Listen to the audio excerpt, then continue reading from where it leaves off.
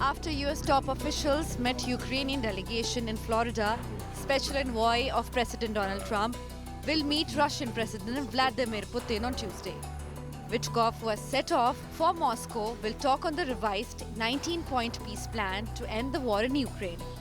Ukrainians have expressed their willingness to accept the new proposal. But the Russian side has not made any statement or commitment in this regard. Speaking to reporters, President Trump said the talks in Florida were going along well. Can you give us an update on what took place in South Florida today, those talks between the U.S. and the Ukrainians? Well, they're going along, and they're going along well. We want to stop people from being killed.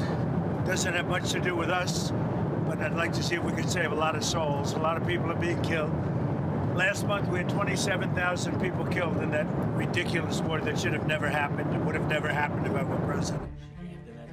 But he said the corruption situation in Ukraine is creating problems.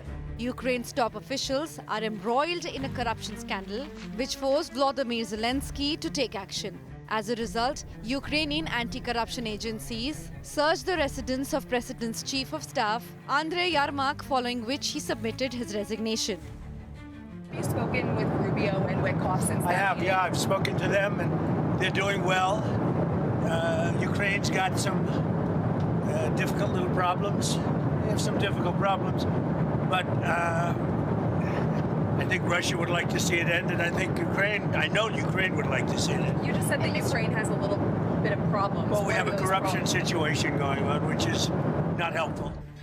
Earlier, U.S. Secretary of State Marco Rubio described the talks with Ukrainian officials productive, but said work remains to be done for a prospective and peaceful future of Ukraine.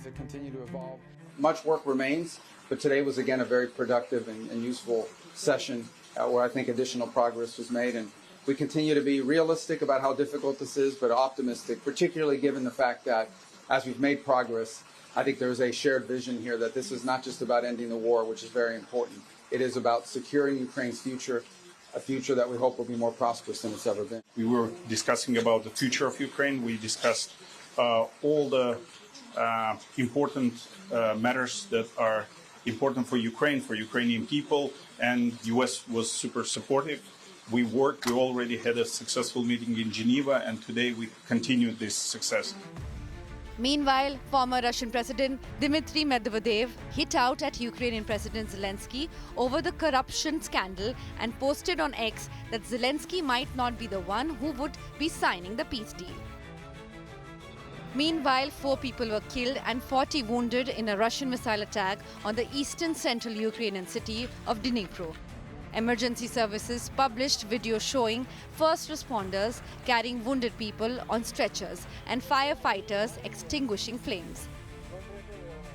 Ukrainian Security Service released a video purporting to show 2 Russian Shadow Fleet tankers being struck in the Black Sea. The SBU official said both tankers, identified as Kairos and Virat, were on their way to the port of Novorossiysk, a major Russian oil terminal. With Mahashweta Lala, Bureau Report, India Today.